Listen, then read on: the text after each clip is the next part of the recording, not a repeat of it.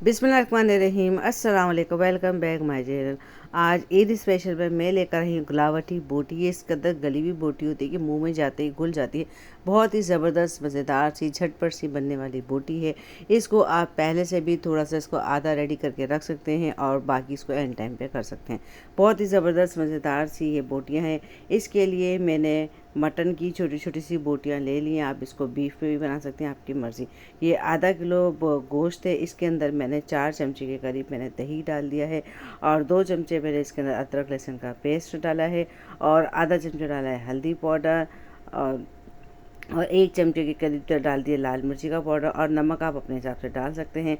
और ये 1 चमचा है कश्मीरी लाल मिर्च का और इसके अंदर मैंने आधा चमचा डाला है गरम मसाला, आधा चमचा डाला है क्रश ज़ीरे का पाउडर और इसके अंदर आधा चमचा डाला है धनिया पाउडर और 1 चमचा डाला है तिक्का मसाला। किसी भी कंपनी का तिक्का मसाला आप डाल सकते हैं और 1 लीमू का रस डाला है। लीमू को पहले हाथ से हथेली से इस तरह मलने से क्या होता है कि उसका रस अच्छे तरीके से निकलता है।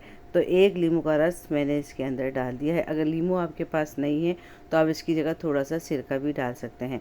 और इसके अंदर सारे मसाले डालने के बाद इसको अच्छे तरीके से हम मिला लेंगे। चले जी, अच्छे तरीके से मसाला हमारा मिक्स हो गया है।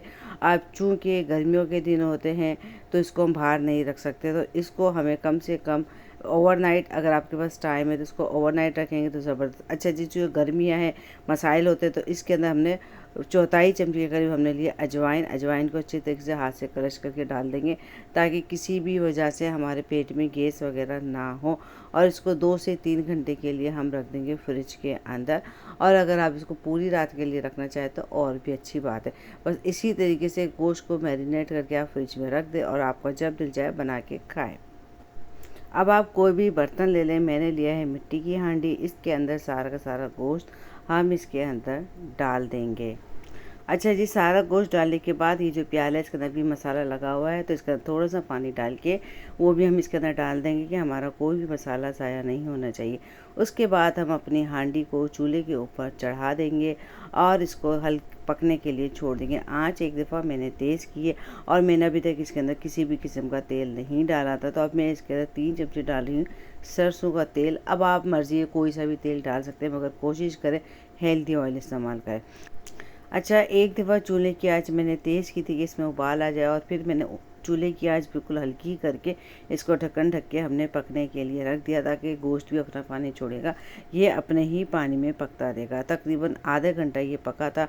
आधे घंटे के बाद हम इसको चेक करेंगे। अच्छा जी, खोलते वक्त ध्यान रखिएगा कि सीधी भाप आपके ऊपर ना आए। खोलने का भी एक तरीका होता है, इसको एहतियात से खोलें।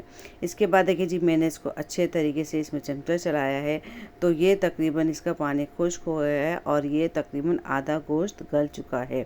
लेकिन अगर आपको जल्दी है गोश्त गलाने की तो मैं आपको एक और स्पेशल सी चीज़ बताऊंगी।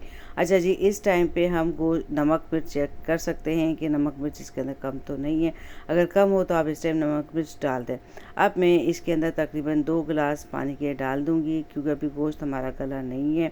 गोश्त को गलने में थोड़ा टाइम लगेगा तो 2 गिलास पानी को डाल के इसको दोबारा से ढक के हम पकने के लिए छोड़ देंगे। अगर आपको गोश्त गलाने की जल्दी है तो आप इसके अंदर गोश्त गलाने का पाउडर और ये स्पेशली जो लहसुन के बीज के हिस्से होते हैं आप संभाल के रखें। और ये तो हर वक्त हर घर में मौजूद होते हैं, इनसे भी गोश्त बहुत जल्दी गल जाता है। तो मैंने लहसुन के बीच वाली जो डंडियाँ होती हैं वो मैंने इसके अंदर डाल दी हैं ताकि गोश्त हमारा जल्दी पक के तैयार हो जाए। फिर मैंने मीडियम आंच के ऊपर इसको रख दिया है पकने के लिए, अभी जितनी देर में भी गोश्त हमारा गले। अब गोश्त को पकते हुए आधा घंटा हो चुका था, तकरीबन पानी ख़त्म हो गया था तो मैंने दोबारा से चेक करने लगी थी कि देखो गोश्त की क्या सूरत हाल है। देखिए जी, गोश्त में पानी तकरीबन ख़त्म हो चुका है। अब मैं इस टाइम पे गोश्त मैंने चेक कर लेती हूँ कि हमारी बोटियाँ गली है कि नहीं गली हैं। चले जी, ये देखिए जी, गोश्त माशाल्लाह से गोश्त हमारा गल चुका है। तो अब ये जो पानी है इसको हमें खुश्क करना है। अच्छा जी, मैं थोड़ा सा किचन का काम कर रही थी, तो काम के दौरान थोड़ी सी मुझसे मिस्टेक हो गई। हमें बोटियाँ खड़ी ही रखनी थी। मैंने हल्का सा चूल्हा कम करके मैंने कहा चले मैं भी आके चेक करती हूँ दोबारा से। तो मैंने तेज़ आंच, फिर मैंने बाद में तेज़ आंच पे किया था, मगर बोटियाँ मेरी थोड़ी ज़्यादा ही गल गई थी। लेकिन बहुत ही ज़बरदस्त मज़ेदार सा ये यमी सा हमारा गोश्त बन के तैयार हुआ था। और ये गोश्त ऐसा है कि इसको आप रोटी और चावल के साथ तो खा ही सकते हैं, और साथ में रायता हो, सलाद हो, लेकिन आप इसको रूखा भी खा सकते हैं। यानी ईद पे बहुत ज़्यादा रोटी चावल वगैरह नहीं खाई जाती, और गोश्त माशाल्लाह हर घर में मौजूद होता है। तो आप इस तरीके से गोश्त को बना के एंजॉय कर सकते हैं, और बच्चे भी बहुत ज़्यादा शौक़ से खाते हैं। इंशाल्लाह आइंदा वीडियो में मैं इसी गोश्त से, इसी जो हमारा बना हुआ टिक्का मसाला है, जो भी इसको बोल सकते हैं, गलावटी गोश्त है, मैं इससे इंशाल्लाह रोल बनाऊंगी, रैप बनाऊंगी। बहुत ज़बरदस्त से वो बनते हैं, टोर्टिला रैप। आप भी ज़रूर इसको एंजॉय कीजिएगा। अगर आप मेरी न्यू वीडियो देखना चाहते हैं तो मेरे चैनल को सब्सक्राइब करके बेल आइकन को प्रेस कर दे, ताकि न्यू आने वाली वीडियो का नोटिफिकेशन आपको बआसानी मिल सके। फिर मिलेंगे अगली वीडियो तक के लिए अल्लाह हाफिज़। मुझे अपनी दुआ में ज़रूर याद रखा कि अगर आपको रेसिपी पसंद आए तो मुझे फीडबैक ज़रूर दीजिएगा।